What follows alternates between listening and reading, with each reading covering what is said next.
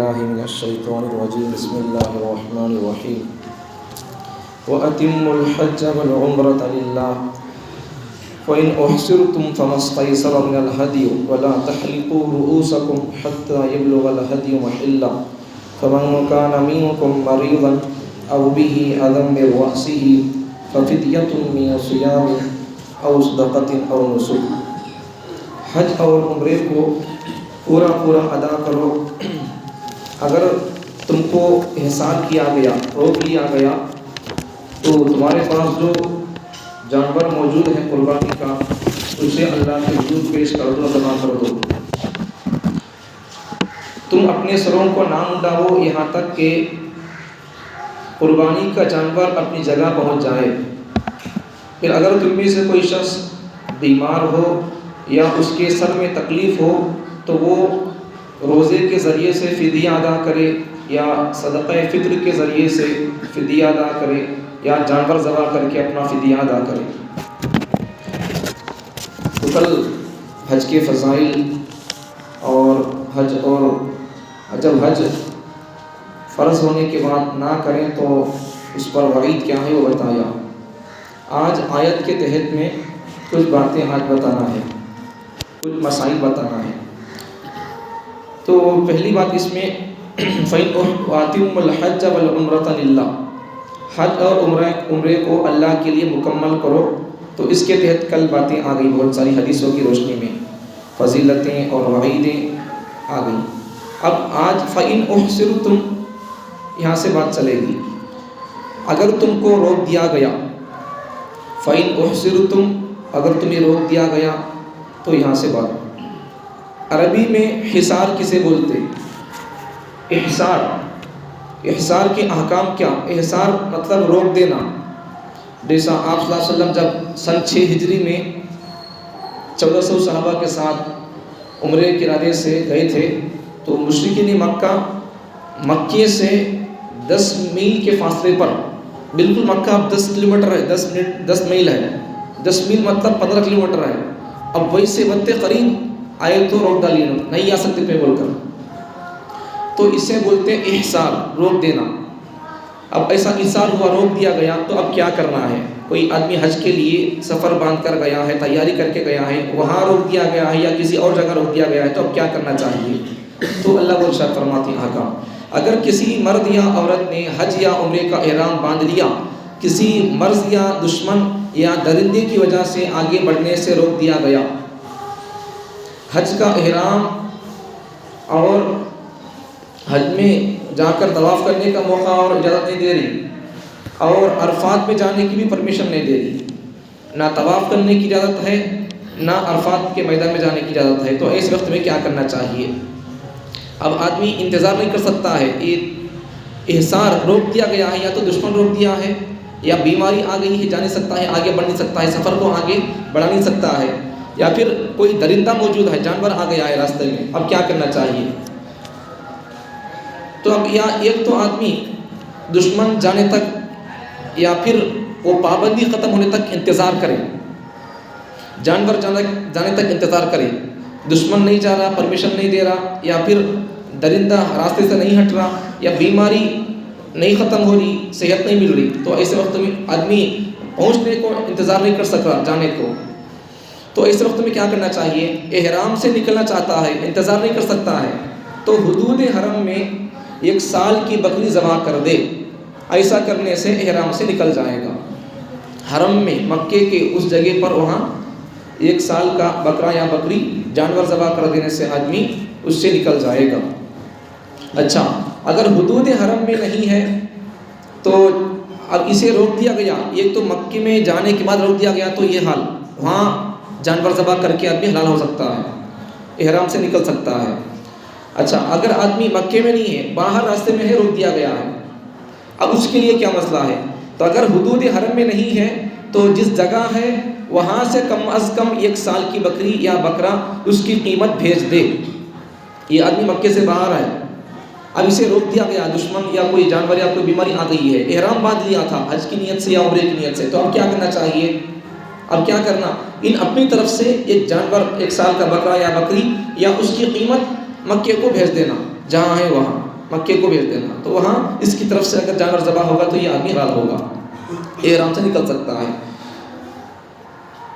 تو اس کی قیمت بھیج دے۔ اور جس کے ذریعے بھیجے، اب جس آدمی کے ذریعے یہ آدمی قیمت دے کر بھیجتا ہے جانور کی، یا جانور دے کر بھیجتا ہے، تو اس سے وقت مقرر کر لے، تمہیں یہ جانور کب ذبح کرتی، تمہیں یہاں جانور کب ذبح کرتی، بولو اس وقت میں احرام سے نکل جاؤں گا، تو جس سے دے کر بھیجا جانور پیسہ وغیرہ، اس سے وقت طے کر لے، فلاں دن فلاں وقت ذبح کر دے، اس سے وقت طے کر، جب وہ وقت آ جائے اور غالب گمان ہو جائے کہ یہ وقت میں وہ میں دے بھیجا سو آدمی میری طرف سے وکیل گیا، سو آدمی وہاں جانور ذبح کر کے رہتا بول کر، تو اب غالب گمان ہو جائے وہ ذبح کرایا تھا بول کر، تو اس وقت آدمی حلال ہو سکتا ہے، احرام سے نکل سکتا ہے۔ بہتر یہ ہے ایک تو جانور ذبح کر دینا، جانور ذبح کر دیا، اس کی طرف سے یہ آدمی مکے سے باہر ہے، اسے روک دیا گیا ہے، تو اس کی طرف سے جسے دے کر بھیجا پیسہ یا جانور، یہ آدمی جا کر مکے میں جس وقت میں جانور ذبح کر دے گا تب یہ آدمی حلال ہو جائے گا۔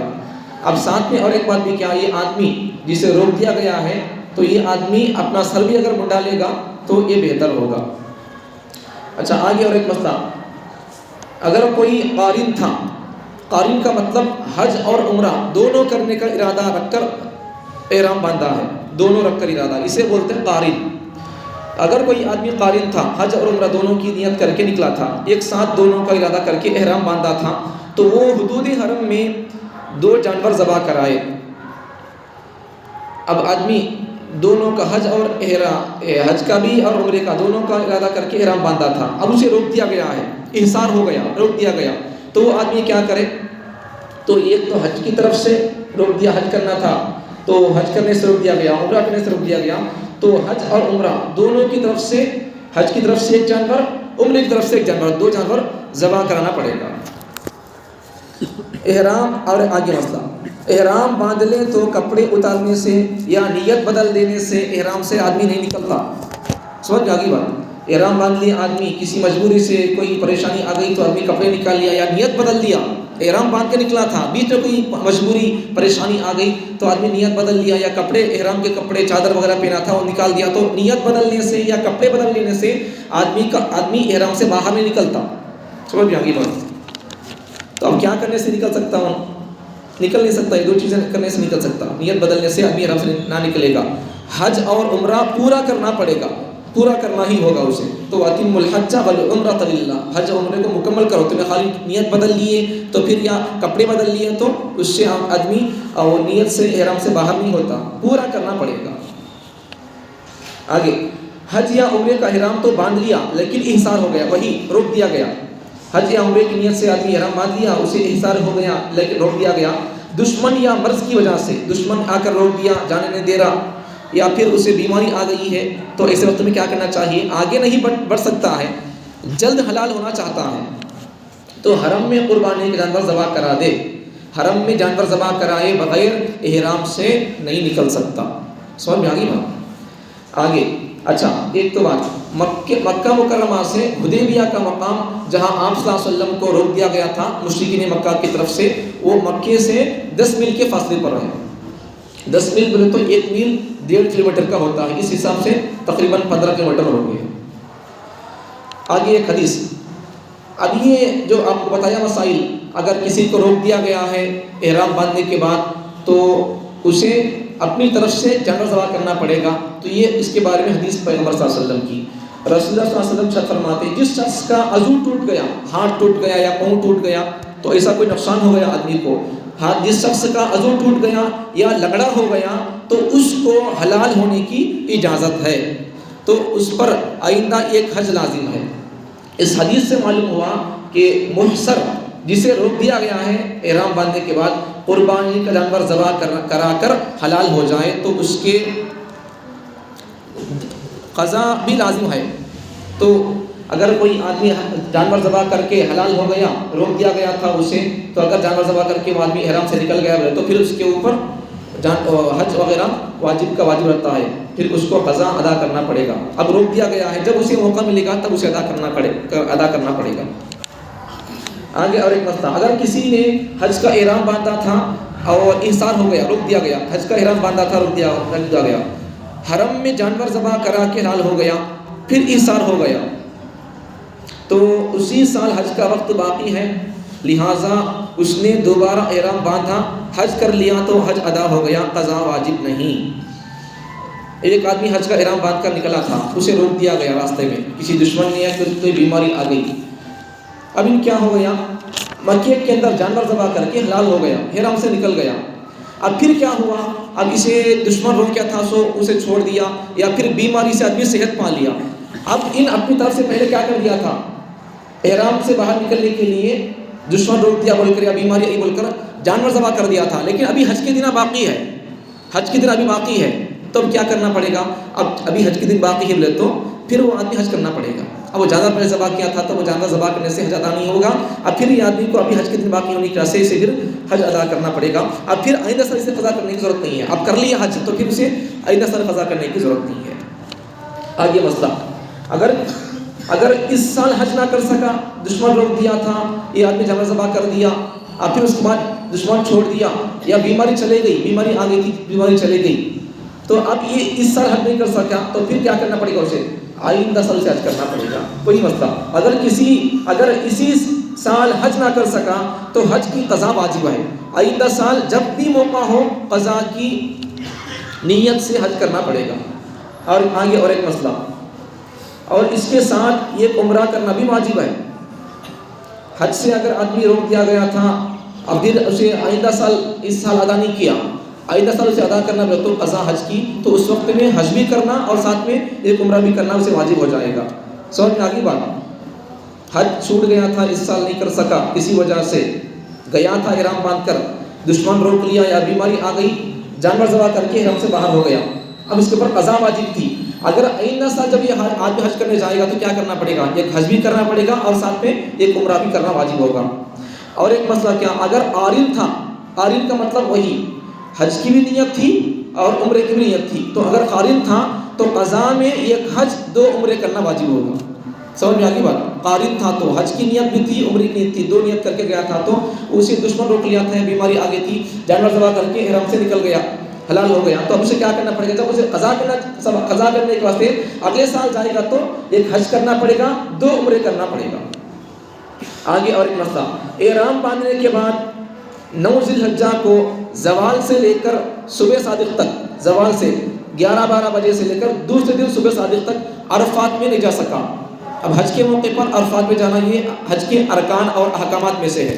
اب یہ آدمی حج کو جانے کے بعد عرفات 9 ذی الحجہ کو، عرفات بولتے ہیں اسے، اس دن ہمیں روزہ رکھتے ہیں، تو 9 ذی الحجہ کو عرفات میں نہیں جا سکا، دشمن روک گیا تھا، کوئی بیماری آ گئی تھی، کوئی اور وجہ تھی، نہیں جا سکا۔ دوسرے دن صبح صادق تک، زوال سے 9 ذی الحجہ کی زوال سے دوسرے دن صبح تک عرفات کے میدان میں جا نہیں سکا، تو اب ان کیا کرنا چاہیے، وقت نکل گیا تو وہ آدمی، اس کا حج فوت ہو جائے گا۔ اب کیا کرنا چاہیے اسے، حج فوت ہو گیا اس کا، تو اسی احرام سے وہ آدمی عمرہ کر لے۔